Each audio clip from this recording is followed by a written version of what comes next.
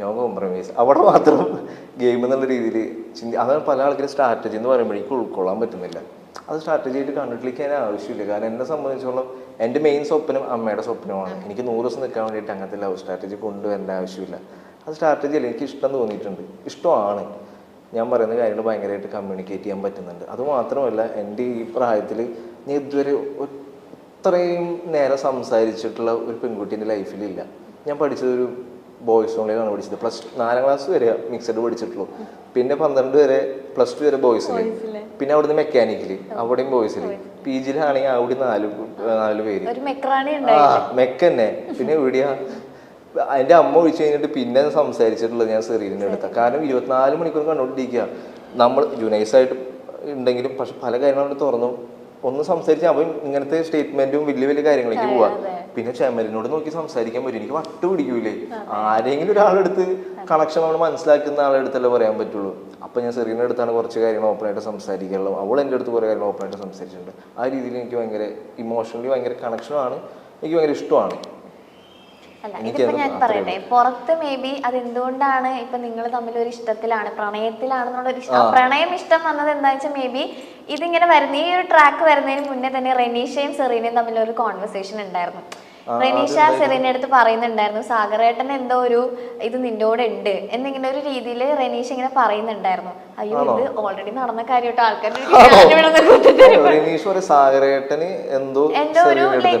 ഒരു ഇത് സെറീനയുടെ അടുത്ത് ഉണ്ട്. അപ്പൊ സെറീന അവിടെ നിന്ന് ഇനിയിപ്പോ അങ്ങനെ ഉണ്ടെങ്കിലും റെനീഷ ചോദിക്കുന്നുണ്ട് അങ്ങനെ ഉണ്ടെങ്കിലും നീ നോയല്ലേ പറയുള്ളൂ. അപ്പൊ സെറീന അഫ്കോഴ്സ് ഞാൻ നോയെ പറയുള്ളൂ എന്ന് പറയുന്നുണ്ട്.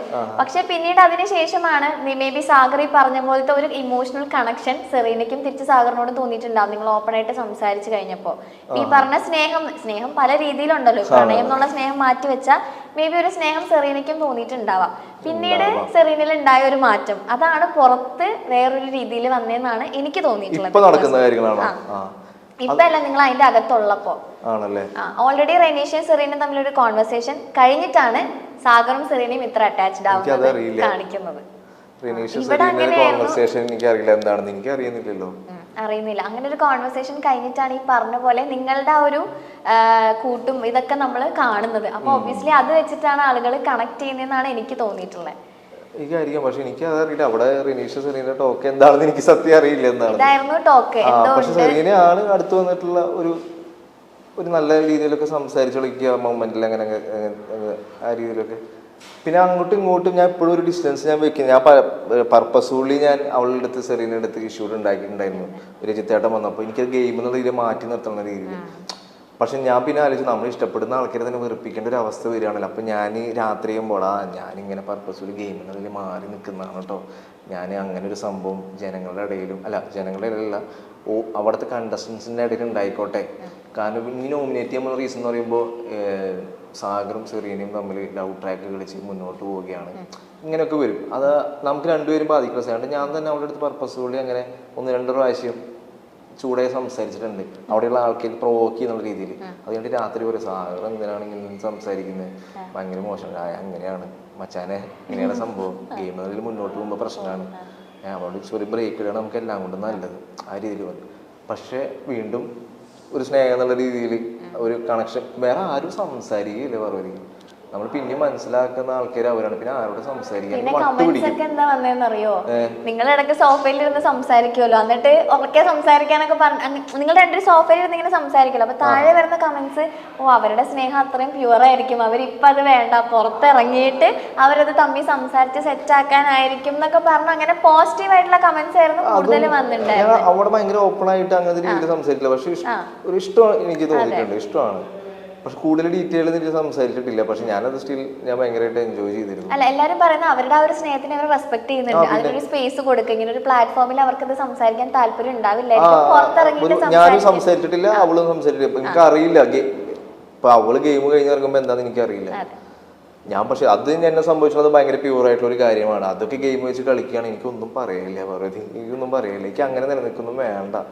ഇപ്പൊ രജിത്തേട്ടൻ അവിടെ വന്നപ്പോൾ നിങ്ങളുടെ ലവ് സ്ട്രാറ്റജി ആണല്ലോ ഇത്, നിങ്ങൾ അതൊക്കെ മാറ്റിക്കുമ്പോൾ അവള് പറയുന്നത് അത് സ്ട്രാറ്റജി അല്ല. അപ്പൊ എനിക്ക് അപ്പൊ അതിന്റെ അർത്ഥം എനിക്ക് അറിയില്ല എങ്ങനെയാണെന്ന്. പുറത്തിറങ്ങിയിട്ട് എനിക്കറിയില്ല എന്താണ് ഞാൻ. പക്ഷെ എൻ്റെ രീതിയിൽ പറയും, എനിക്ക് എൻ്റെ ലൈഫിൽ ഞാൻ ഏറ്റവും കൂടുതൽ സംസാരിച്ചുള്ള കുട്ടിയാണ്. എൻ്റെ പല കാര്യങ്ങളും ഫാമിലിയായിട്ട് ഭയങ്കര കണക്ഷൻ തോന്നിയിട്ടുണ്ട്. ആ രീതി എനിക്ക് ഭയങ്കര ഇഷ്ടമാണ്. ഇതാണ് എന്റെ ഉത്തരം. അതൊരു ലവ് സ്ട്രാറ്റജി അല്ല. പിന്നെ പറഞ്ഞ പോലെ പുറത്തറിയാലോ നമ്മള് ചെറുതെന്തെങ്കിലും ഇതിന്റെ മുന്നിൽ നടക്കുന്നതിന് തൊട്ട് മുന്നിൽ വലിയൊരു കഥയുണ്ടാവും. ആ കഥ നിങ്ങൾ കാണുന്നില്ല. അതെ, ബാക്ക്ഗ്രൗണ്ട് മ്യൂസിക് ഒക്കെ ഇട്ടിട്ട് സാധനം വരുമ്പോ ഓ സാഗറും സെറീനയും റിലേഷൻഷിപ്പിലാണ്, അങ്ങനെയുള്ള ഒരു സംഭവമാണ് മൊത്തത്തിൽ ഇവിടെ പുറത്ത് കാണുന്ന പോലെയല്ല. എഡിറ്ററിന്റെ കയ്യിലാണ്.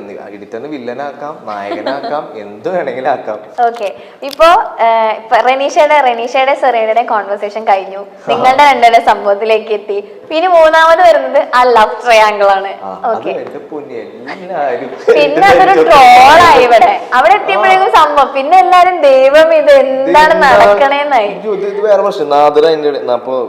നാദര വന്നിട്ട് ഇഷ്ടാന്ന് പറഞ്ഞു എന്റെ അടുത്ത്. സാധനം എനിക്ക് അത് മാത്രമല്ല ജൂനൈസിന് സെറീനയുടെ ആകെ കൂടി അവിടെ ഞാൻ ആരോട് ഗെയിം കളിക്കും എന്നുള്ളൊരു അവസ്ഥയിലായി പോയി.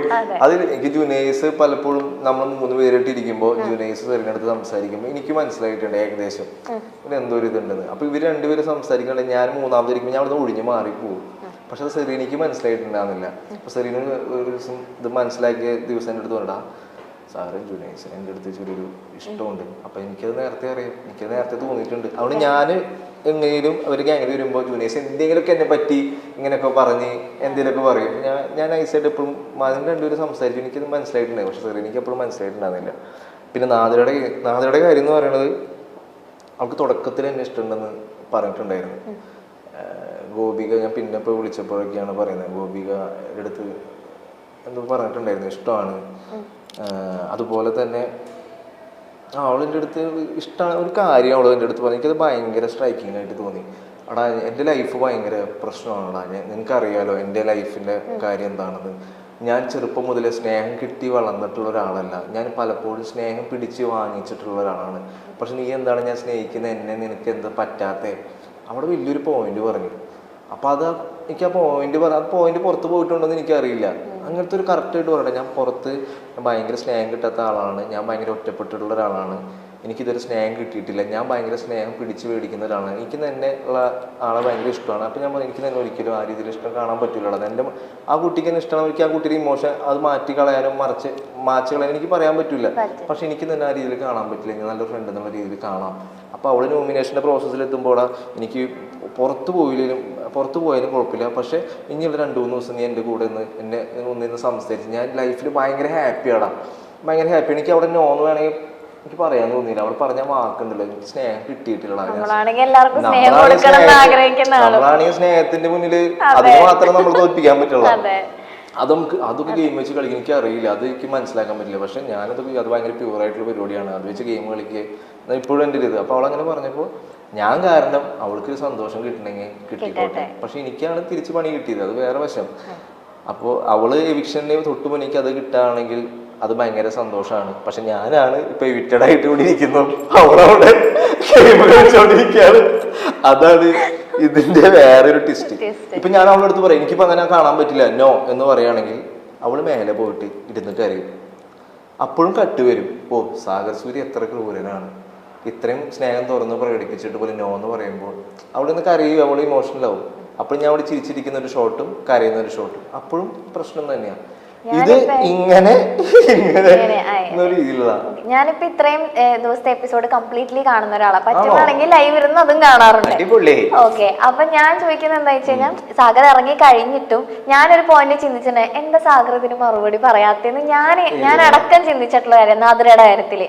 എന്തുകൊണ്ടാണ് അതിന് റെസ്പോണ്ട് ചെയ്യാത്ത ഒരു എന്തെങ്കിലും ഒരു ക്ലാരിഫിക്കേഷൻ അത് ഷീച്ചേട്ടൻ ഇടക്ക് വന്ന് പറഞ്ഞില്ലായിരുന്നു, നിങ്ങൾ ഒന്നില്ലെങ്കിൽ ഇതിനൊരു ക്ലാരിഫിക്കേഷൻ ആളുകൾക്ക് കൊടുത്തേ പറ്റുള്ളൂ. ഇപ്പൊ ഷീച്ചേട്ടൻ വന്ന് പറയുമ്പോഴും ഞാൻ പറഞ്ഞു അതെ വേഗം കൊടുക്കുന്നത്, എന്താണ് ഇതിനെപ്പറ്റി ഒരു ക്ലാരിഫിക്കേഷൻ വരാത്തെന്നുള്ളത് ആസ് എൻ ഓഡിയൻസ് എനിക്ക് ഉണ്ടായിരുന്നു. പക്ഷെ പിന്നെ സാഗർ ഇറങ്ങി കഴിഞ്ഞിട്ടാണ് തോന്നുന്നു അവിടെ ഒരു കോൺവെർസേഷനിൽ പറയുന്നുണ്ടായിരുന്നു ഷീച്ചേട്ടൻ അടക്കം സെറീന അടക്കം എല്ലാവരും നാദിരയുടെ ഇമോഷനെ അത്രത്തോളം സാഗർ റെസ്പെക്ട് ചെയ്തിട്ടുണ്ടെന്നുള്ളത്. ആ ഒരു പോയിന്റാണ് സാഗർ ഇപ്പൊ ഇവിടെ നിന്ന് പറഞ്ഞിട്ടുണ്ടായിരുന്നത്. അപ്പൊ മേ ബി ആ ഒരു കാര്യം തന്നെ ആയിരിക്കുമല്ലോ, ആ ഒരു ഇമോഷനെ റെസ്പെക്ട് ചെയ്യുന്നുണ്ട്. പിന്നെ ഒരു 100 പ്രാവശ്യം ഞാൻ പറഞ്ഞിട്ടുണ്ട് എനിക്ക് അങ്ങനെയില്ല, പക്ഷെ അത് പുറത്ത് വിടുണ്ടോന്ന് എനിക്ക് അറിയില്ല. ഉണ്ട് ബാത്റൂമിലൊക്കെ വെച്ചിട്ട് പറഞ്ഞ സമയത്തുള്ളതൊക്കെ കുറെ പ്രാവശ്യം കുറച്ചൊക്കെ പെങ്ങളെന്നുള്ള രീതിയിലൂടെ കേൾക്കുമ്പോ കലി വരും. അപ്പൊ ഞാൻ അവൾക്ക് അത് ഇറിറ്റേഷൻ ആവശ്യം നല്ലൊരു ഫ്രണ്ട്, അപ്പൊ സാഗർ സ്റ്റോപ്പ് ചെയ്യും. പിന്നെ ഫ്രണ്ട് എന്നുള്ള രീതിയിലാണ്. ഞാൻ ഒരു പ്രാവശ്യം ഞാൻ അത് ഭയങ്കര പ്യൂറായിട്ടുള്ള പരിപാടി. ഒരു പ്രാവശ്യം പേഴ്സണലി അവിടെ മാറി നിൽക്കുക, എനിക്ക് ഗെയിം എനിക്ക് കളിക്കാൻ പറ്റുന്ന രീതിയിലേക്ക് എത്തി. മീൻസ് കുറച്ചൊക്കെ ഇവിടെയൊക്കെ നമ്മൾ എഫർട്ട് ചെയ്യുമല്ലോ, എത്രയില്ലെന്ന് പറഞ്ഞു. ഞാൻ ഇത് എൻ്റെ ലവ് സ്ട്രാറ്റജിയാണ്, ഞാൻ പറയാത്ത ആളാണ്, ഞാൻ പർപ്പസ്ഫുള്ളി അത് പറഞ്ഞതാണ്.